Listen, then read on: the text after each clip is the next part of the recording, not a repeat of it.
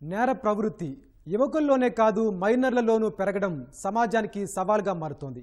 నంద్యాల జిల్లా ముచ్చుమర్రిలోని 8 ఏళ్ల బాలికపై 15 ఏళ్లు కూడా నిండని 3 మైనర్ల అత్యాచార ఘటనే ఇందుకు నిదర్శనం. ఈ ఘటన సభ్య సమాజాన్ని తలదించుకునేలా చేసింది.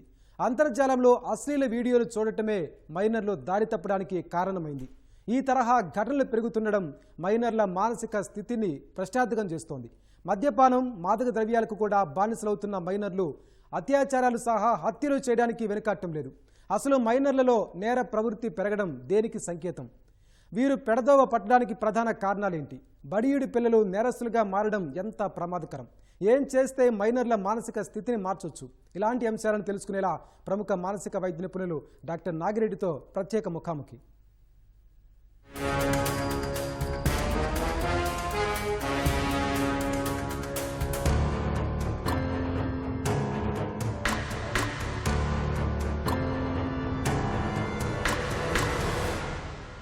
ముగ్గురు మైనర్లు 8 ఏళ్ల బాలిక మీద అత్యాచారం చేసి హత్య చేశారు. ఈ సంఘటన రాష్ట్ర వ్యాప్తంగా సంచలనం సృష్టించింది. ఇంతకీ మైనర్లు ఎందుకు ఈ నేర ప్రవృత్తిలోకి వెళ్తున్నారు, వీరి మీద ఎలాంటి ప్రభావాలు పడుతున్నాయి అనే విషయాలు మాట్లాడడానికి ప్రముఖ మానసిక వైద్య నిపుణులు డాక్టర్ నాగిరెడ్డి గారు ఉన్నారు. సార్ నమస్తే. సార్ ఈ ముచ్చుమర్రి ఇన్సిడెంట్ మీరు చూశారు. ఇది ఒకటే కాదు, ఇట్లాంటి ఇన్సిడెంట్లు చాలా జరుగుతున్నాయి. ఎందుకు ఈ చిన్నపిల్లలు, ప్రధానంగా మైనర్ బాలురు ఎందుకు ఈ నేర ప్రవృత్తిలోకి వెళ్తున్నారు? మొన్న జరిగిన ఇన్సిడెంట్ కొన్ని విషయాలు ఏంటంటే, ముఖ్యంగా ఆ అమ్మాయి కూడా 9 ఇయర్స్ అంత ఏజ్ కావటము, పాపం ఆ పిల్లలు కూడా అంతా ఒక 6th చదివే అబ్బాయి, తర్వాత 10th చదివి అంటే 15 ఇయర్స్ 12 ఇయర్స్ లో పిల్లలు కావటము, వాళ్ళు ఆ అమ్మాయిని ఆ విధంగా అత్యాచారానికి చేయటం కాకుండా తర్వాత చంపటం అనేది అదొక దారుణమైన విషయం.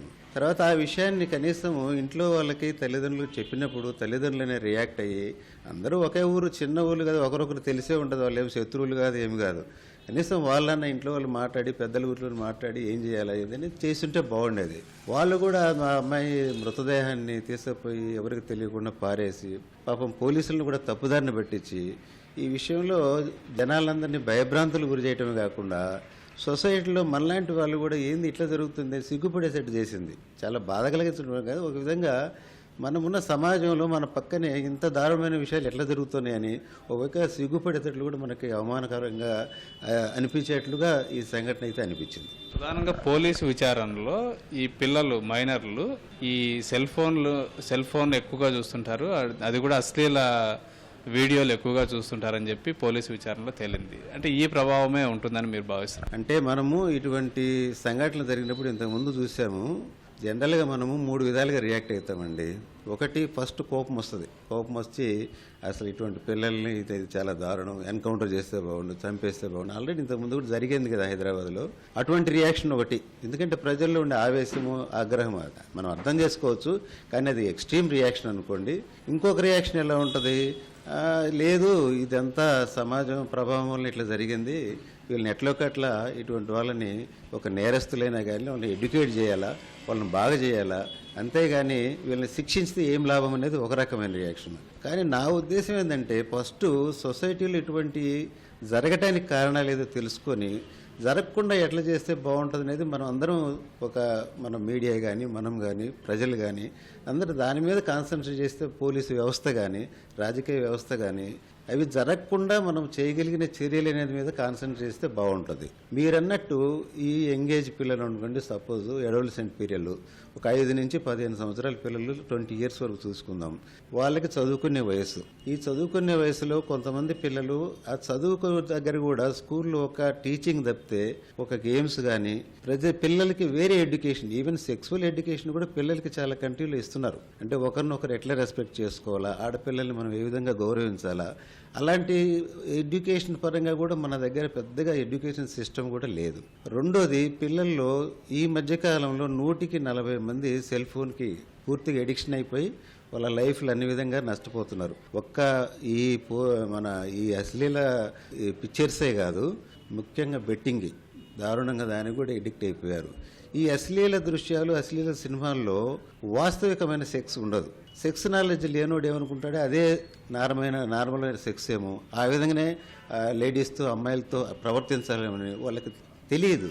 అయినా మనకి నేను అనుకోవటము మనం టిక్ టాక్ కూడా బ్యాన్ చేసాం కదా, అటువంటి ఇండియాలో ఇటువంటి అశ్లీలమైన దృశ్యాలు ఉండే సినిమాలు ఎందుకు బ్యాన్ చేయలేకపోతున్నామో నాకు నిజంగా ఆశ్చర్యం వేస్తుంది. గవర్నమెంట్ తలుచుకుంటే అవి బ్యాన్ చేయొచ్చు కదా. పిల్లలకి చైనా లాంటి కంట్రీలో అందుబాటులో లేవు. చైనా లాంటి కంట్రీలో మీకు సెల్ ఫోన్ ఒక పిల్లవాడు 2-3 గంటల కంటే ఎక్కువ లేకుండా అటువంటి నిర్మాణాలు ఉన్నాయి. ఆపేస్తే అది అంతటా ఆగిపోతుంది. ఇటువంటి దృశ్యాలు వస్తే ఎమ్మటే తెలుసుకొని వాళ్ళ మీద సివియర్ యాక్షన్ తీసుకుంటారు. కానీ అసలు ఫస్ట్ ప్లేస్లో మన గవర్నమెంట్ నుంచి ఎందుకు అటువంటి దృశ్యాలు ఉండే అశ్లీల ఫోన్ ఫిల్మ్స్ రాకుండా ఎందుకు చేయలేకపోతున్నారో నిజంగా అది నాకు ఆశ్చర్యం వేస్తుంది. అది తప్పకుండా బ్యాన్ చేయాలి. సో దానివల్ల ఏమంటే పిల్లలకి ఏది మంచి ఏది చెడు తెలియకపోవటం ఒకటి. ఆ పిల్లల్లో ఇంకాగైనా పొరపాటున వాళ్ళు అయినా మనకి ఈ కేసులో తెలియదు, కానీ ఏదైనా మత్తు పదార్థాలు ఆల్కహాల్ లాంటివి తీసుకుంటే కానీ లేకపోతే గంజాయి లాంటి మత్తు పదార్థాలు కానీ అప్పుడు ఉన్న కాస్త విచక్షణ భావం కూడా కోల్పోయి ఆ ఫిల్ములు చూసినప్పుడు ఒక జంతువులాగా మారిపోయి ఊరికే కోరిక తీర్చుకుందామనే కానీ తర్వాత కాన్సిక్వెన్స్ అని తెలియదు. ఆ తర్వాత తెలిసే వరకు అంత జరగవలసిన అనర్థం జరిగిపోయి ఉంటుంది. సో ఇటువంటివన్నీ పిల్లల్లో మనము తల్లిదండ్రులు కానీ స్కూల్లో కానీ పిల్లలు ఎట్లున్నారు, ఏ విధంగా ప్రవర్తిస్తున్నారు, మిగతా ఆడపిల్లలతో ఎట్లా ప్రవర్తిస్తున్నారు, వీళ్ళు ఏమైనా డ్రగ్స్ తీసుకుంటున్నారా, వాళ్ళ అవభావాలు చూస్తే టీచర్లకైనా తెలుస్తాయి కదా వాళ్ళ స్వభావం. చదువుకునే పిల్లలకి టీచర్ల కంటే ఎవరికి తెలుస్తుంది. ఇంట్లో వాళ్ళు కూడా గమనిస్తుంటారు కదా, వాళ్ళు కూడా మనం కొద్దిగా ముందే ఇటువంటి గమనించి ఏమన్నా నివారణ చర్యలు తీసుకుంటే బాగుంటుందని నా ఉద్దేశం అండి. సార్, ఇందాక మీరు అన్నట్లు ఈ డ్రగ్స్ కూడా చాలా మంది పిల్లలు బానిసలు అవుతున్నారు, అలవాటు పడుతున్నారు.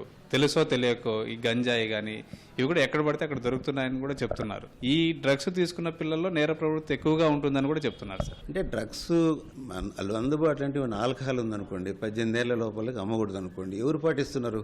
ఎక్కడ పడితే అక్కడ ఎవరైనా పోయి కొనుక్కోవచ్చు కదా. చిన్న చిన్న పిల్లలు కూడా ఆల్కహాల్ తాగుతున్నారు కదా. గంజాయి అంటారా? గంజాయి అనేది ఈ మధ్య కొద్ది కాలంలో మరి ఎందుకో కానీ చాలా మన ఈ ప్రాంతంలో కానీ అన్ని ప్రాంతాల్లో చాలా కొద్దిగా ఎక్కువగా అయింది. గంజాయి ఎక్కువ కావడం వల్ల చాలా ముఖ్యంగా కాలేజీ పిల్లలు, నిన్న కూడా మనం ఉస్మానియా మన మెడికల్ కాలేజీలో ఒక 10 మంది ఇంటర్ని చదివి వాళ్ళు కూడా గంజాయి తాగి అరెస్ట్ చేశారంటే ఎంత విచ్చలవిడిగా దొరుకుతుంది. ఈ గంజాయి అనేది పల్లెల్లో కూడా ఎక్కువైపోయింది, పిల్లలకు కూడా దొరుకుతుంది. సో ఈ గంజాయి తాగడం వల్ల ఒకటేమంటే ఆ టైంలో విచక్షణ కోల్పోవటమే కాకుండా తర్వాత కొన్ని రోజులు ఎక్కువ తాగితే వాళ్ళలో పూర్తిగా మానసిక వ్యాధులు వచ్చే అవకాశం కూడా ఉంది. సో మనము ఆల్కహాల్ లాంటివి చిన్నపిల్లలకి అందకుండా ఈవెన్ గంజాయి సిగరెట్లు కూడా ఒక ఏజ్ పిల్లల కంటే అది స్ట్రిక్ట్గా ఫాలో కావాలి. రూల్స్ అయితే ఉన్నాయి కానీ ఎవరు ఫాలో కావట్లా. దానివల్ల వాళ్ళు ఇటువంటి గంజాయి సేవించడం ఆల్రెడీ కొంతమంది పిల్లల్లో మానసిక స్వభావం కూడా కొంత యాంటీ సోషల్ బిహేవియర్ అంటాం. అంటే వాళ్ళు బై నేచర్ కూడా కొంతమంది పిల్లలు ఎట్లుంటుందంటే తప్పు చేసే అనే భావన ఉండదు. తప్పు చేసినా కానీ దాంట్లో వల్ల ఎదుటి వాళ్ళు బాధపడుతున్నారన్న తప్పు వల్ల నేను ఇలా చేస్తే ఎదుటి వాళ్ళకి బాధ అనే భావన ఉండదు. తర్వాత వాళ్ళు ఆ విధమైన తప్పు ఆ భావన లేకపోవడం వల్ల సరైన పనిష్మెంట్ ఇచ్చినా కానీ వాళ్ళు మారరు. తీవ్రమైన శిక్షలు ఇవ్వాలంటే ఎవరు తల్లిదండ్రులు ఎవరు వాళ్ళు ప్రేమతో ఇవ్వరు. సో ఒకటి వాళ్ళకి ప్రేమ అనేది వేరే వాళ్ళ మీద లేకపోవటము, తప్పు చేశారనే భావం లేకపోవటము, ఆ తప్పు నుంచి సరైన శిక్ష లేకపోవటము, ఆ తప్పును మళ్ళీ మళ్ళీ చేయడం చేసే పిల్లలు కూడా కొంతమంది ఉంటారు. ఒక 5% పిల్లలు, 2-3% అన్న వాళ్ళని కూడా మనం గమనించి ముందే జాగ్రత్తలు తీసుకోవాల్సిన అవసరం ఉంది. సార్, ఇట్లాంటి ఇన్సిడెంట్స్ దాదాపు ఒక 2020 నుంచి చూస్తే ప్రతి సంవత్సరం పెరుగుతూనే ఉన్నాయి. ప్రధానంగా మైనర్ పిల్లలు ఇట్లాంటి నేరాలకు, చాలా దారుణమైన నేరాలకు ఒడిగడుతున్నారు. వీటిని నియంత్రించాలంటే, వీటిని అరికట్టాలంటే ఏం చేయాలి? మీరు తల్లిదండ్రులకు కానీ పిల్లలకు కానీ ఎట్లాంటి సూచనలు, సలహాలు ఇస్తారు? ఇవి ముఖ్యంగా అండి మన దేశంలో, మన రాష్ట్రంలోనే కాదు అన్ని రాష్ట్రాల్లోనే చూస్తున్నాం. ముఖ్యంగా ఉత్తరప్రదేశ్, హర్యానా, బీహారు ఇటువంటి రాష్ట్రాల్లో కూడా మనం రెగ్యులర్గా ఇటువంటి చూస్తూనే ఉన్నాము. వీటిని నివారించాలంటే మాత్రము ఒక తల్లిదండ్రులే కాకుండా ఇది సింపుల్గా ఏదో ఒక పోలీసు వ్యవస్థ మీద నెట్టేయటం కూడా కరెక్ట్ కాదు. ఏదైనా నేరం జరిగినప్పుడల్లా పోలీసు లోపంలాగా పోలీసు వ్యవస్థ అంటే లేదా రాజకీయ వ్యవస్థను పోలీసు వ్యవస్థను బ్లేమ్ చేయటం వల్ల ఉపయోగం లేదు. మనం ఫస్ట్ తల్లిదండ్రులు పిల్లల్ని కన్నాక మనం ఎంత సంపాదించడానికి ఎంత కష్టపడుతున్నా మనం వాళ్ళకేమో ఒక 50,000-60,000 పెట్టి సెల్ ఫోన్లు కొనిస్తుంటాం, వేలు పెట్టి బైకులు కొనిస్తుంటాం. అంత చేసేటప్పుడు వాడు ఏం చేస్తున్నాడు, ఎవరితో తిరుగుతున్నాడు, ఎవరి ప్రవర్తన ఎలా ఉంది, ఎలా చదువుకుంటున్నాడు అంటే చిన్న తల్లిదండ్రుల బాధ్యత కదా, వాళ్ళు తీసుకోవాలా. తర్వాత స్కూల్లో కేవలం పొద్దున్న నుంచి సాయంత్రం దాకా చదువే కాకుండా మిగతా విషయాల్లో వీళ్ళు ఎట్లా ప్రవర్తిస్తున్నారు, వీళ్ళు ఏ విధంగా వాళ్ళ స్వభావం ఉంది, ఎటువంటి వాళ్ళతో తిరుగుతున్నారు, ఇది టీచర్లకు తెలుస్తుంది. అక్కడ కూడా జాగ్రత్త తీసుకోవాలా. అట్లనే ప్రభుత్వ పరంగా ముఖ్యంగా కొద్దిగా శిక్షలు కూడా, ఒకటి ఏంటంటే చెప్పకూడదు కానీ ఇప్పుడు మనకు మైనర్ అంటంతోనే వీళ్ళకి శిక్షలు తక్కువ ఉన్నాయి. అది కూడా కొంతవరకు ఏమన్నా లీగల్ వ్యవస్థలో కూడా కొన్ని మార్పులు అవసరమేమని ఈ మధ్య డిస్కషన్లు కూడా జరుగుతున్నాయి. అది కూడా ఒకటి చూడాలా. అట్లనే ముఖ్యంగా ఈ సెల్ ఫోన్లు మాత్రం సినిమాల్లో కూడా కొన్ని పిల్లల్ని, అమాయకమైన పిల్లల్ని, చిన్న పిల్లల్ని ఇట్లా రేకెత్తించే స్వభావం ఉన్న సినిమాలు, అశ్లీల సినిమాలు ముఖ్యంగా తప్పకుండా బ్యాన్ చేయాలి. అట్లనే గవర్నమెంట్ మాత్రం స్ట్రిక్ట్గా డ్రగ్స్ విషయంలో చాలా స్ట్రిక్ట్గా ఉండాలండి. వాళ్ళకి అందుబాటులో లేకుండా చేయాలా. ముఖ్యంగా గంజాయి అటువంటి టోటల్గా బ్యాన్ చేయాలా. తర్వాత ఆల్కహాల్ అనేది మాత్రము పిల్లలకి అందుబాటులో లేకుండా చేయాల్సిందే. ఇటువంటి చర్యలు తీసుకోకుండా మనం ఎప్పటికప్పుడు సంఘటన జరిగినప్పుడు అందరం బాధపడి తర్వాత అందరం మర్చిపోతే చివరికి ఇవే రిపీట్ అవుతుంటాయి. సరే, ఇందాక ఎడ్యుకేట్ అంటున్నారు కదా, వీళ్ళకి కొద్దిగా కౌన్సిలింగ్ కానీ ఇట్లా ట్రీట్మెంట్ కానీ ఇట్లాంటివి చేస్తే ఏమన్నా ఈ పిల్లల్ని డీఅడిక్షన్ చేయడం కానీ ఇట్లాంటివి చేయొచ్చు? తప్పకుండా మేము ఇటువంటి పిల్లల్ని కౌన్సిలింగ్ చేస్తాం. అటువంటి పిల్లల్ని తల్లిదండ్రులు కొంతమందిని తీసుకొస్తారు. తీసుకొచ్చినప్పుడు వాళ్ళని కౌన్సిలింగ్ చేసి కొంతమందికి మెడిసిన్ కూడా ఇస్తుంటాం డ్రగ్స్ మాన్పించడానికి. సో డ్రగ్స్ మాన్పించడానికి మెడిసిన్స్ ఉన్నాయి. తర్వాత ఇటువంటి ప్రవర్తనని మాన్పించడానికి కౌన్సిలింగ్ కూడా ఉంది. ఇది మనం చిన్న వయసులోనే చేయాలా. తర్వాత 18 ఏళ్ళు 20 ఏళ్ళు దాటిపోయిందంటే ఆ స్వభావం వాళ్ళల్లో స్థిరపడిపోద్ది.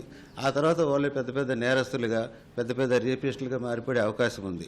ముందే వాళ్ళని 12 ఇయర్స్ ఈ టైంలోనే గుర్తించి వాళ్ళకి సరైన కౌన్సిలింగ్, కొన్ని మందులు ఇస్తే భవిష్యత్తులో వాళ్ళు పెద్ద నేరస్తులుగా మారకుండా ఉండడానికి మాత్రం మనం ప్రయత్నం చేయొచ్చు. ఇది డాక్టర్ నాగిరెడ్డి గారు చెప్తుంది. కెమెరామెన్ శేషుతో శ్యామ్, ఈటీవీ న్యూస్, కర్నూలు.